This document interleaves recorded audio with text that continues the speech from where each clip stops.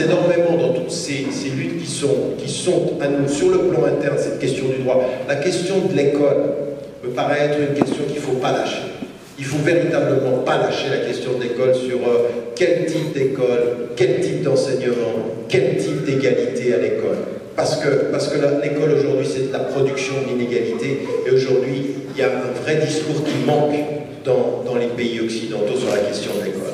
Sur la substance de ce... Et ça, c'est un élément où on trouvera énormément de conscience, parce que les parents, parce que les enfants se rendent compte de ces problèmes-là. Il faut qu'on pose ces questions-là aussi parce que l'école, le savoir, c'est du pouvoir, et ce pouvoir-là, c'est aussi des rapports de force qu'on doit avoir. Ce qui a été dit et mis en évidence, évidemment, l'islamophobie et le racisme, je ne vais pas y revenir. Et moi, tout ceci, parce que c'est là-dessus que nous, on s'est rencontrés dans cette dynamique-là, autour de cette question de responsabilisation, autour de cette question de l'appartenance et autour de cette question du droit et de la résistance, c'est effectivement lié tout ceci. Et là aussi, on s'aperçoit que le choix qui a été fait par la France, par exemple, toutes ces dernières années, de se rapprocher de l'atlantisme et de se rapprocher des États-Unis, de cette attitude par rapport au monde arabe, de cette attitude par rapport à Israël, tout ça c'est connecté. Il faut vraiment qu'on ait une conscience nationale et une conscience internationale. Ça a été dit et répété, même aussi par rapport au réveil arabe. Avant-hier, on était à Oxford, on avait un débat, la motion c'était ceci: le printemps arabe a agrandi le fossé entre l'Occident et le monde musulman. Déjà, la proposition, il faut le faire pour l'imaginer. Enfin, je vous promets, c'était caricatural. On avait d'un côté un certain nombre de personnes qui étaient majoritairement, évidemment, des gens du Sud, arabes, chrétiens. C'était marrant d'ailleurs parce qu'on avait un arabe chrétien, un arabe d'origine sunnite, un iranien d'origine chiite et un américain juif, et qui se présente comme revenant de cette tradition-là, et on était ensemble contre la motion. Et de l'autre côté, vous aviez une ligne de gens qui confondaient, alors un populiste, un de l'armée américaine, et un autre totalement dans la logique aujourd'hui de ce qu'on entend, le nouvel antisémitisme en Europe. Il est musulman, le problème c'est Israël. Quand les peuples vont se soulever, ils vont élire des islamistes, les islamistes vont remettre en cause les accords avec Israël, remettre en cause les accords avec Israël, c'est remettre en cause la paix, remettre en cause la paix, c'est s'éloigner de l'Occident. C'est QFD. Et vous écoutez ceci et dites, je vois où est le problème.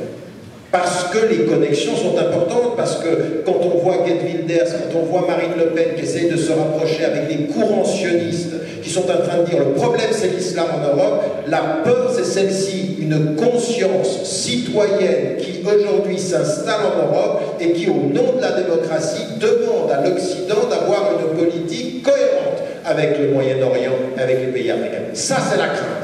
Parce que tout le monde sait aujourd'hui que l'Europe, comme les États-Unis, sont dans la trahison de leurs propres principes, en particulier en ce qui concerne Israël, en particulier entre ce qui concerne les droits des Palestiniens. Donc c'est tout ça qu'il faut lier, ça vous a été dit. Je pense qu'il faut aussi le lier à l'immigration, je l'ai dit et répété, et je pense enfin qu'il faut le lier à toutes les questions économiques qui sont déterminantes.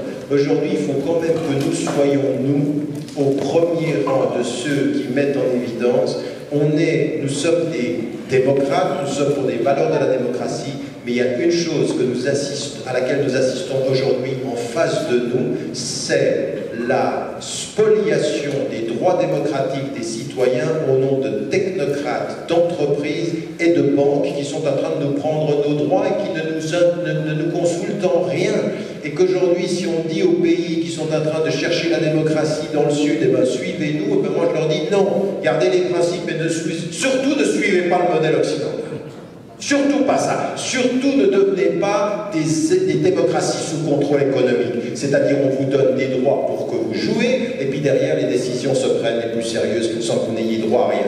Là aussi, nous, notre rôle, entre le Sud et le Nord, à l'intérieur des sociétés du Sud, dans ce travail de conscience critique, d'appartenance fondamentale et de respect du droit et des valeurs, il peut être critique, et c'est comme ça en tout cas que faut s'inscrire dans ce printemps des quartiers, au-delà même des élections qui viennent. Ça va être difficile, ça va être extrêmement long, mais c'est possible.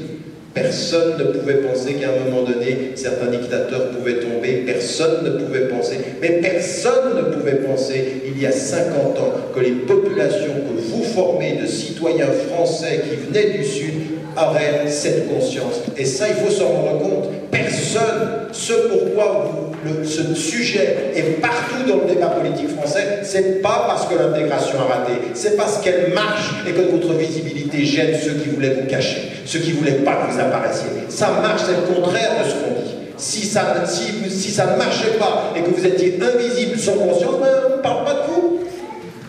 Pourquoi je vais perdre mon temps avec des gens qui ne sont pas visibles et qu'on ne voit pas? Mais la marche, maintenant, elle commence à se faire. Il faut se rendre compte de ce mouvement historique-là. On ne parle de vous que parce qu'historiquement, on se rend compte que votre poids va être déterminant.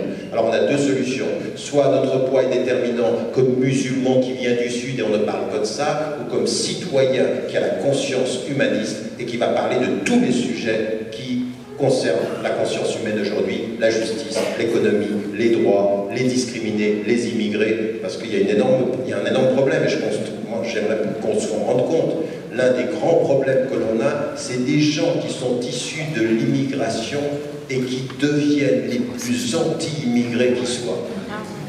Je veux dire, il y en a, mais j'ai vu des gens qui venaient, je lui dis, mais ton père il vient d'où? Du Maroc. Et il dit, moi non, on ne peut pas accepter tous les immigrés. Mais t'es une honte. Et ça existe. Non, mais c'est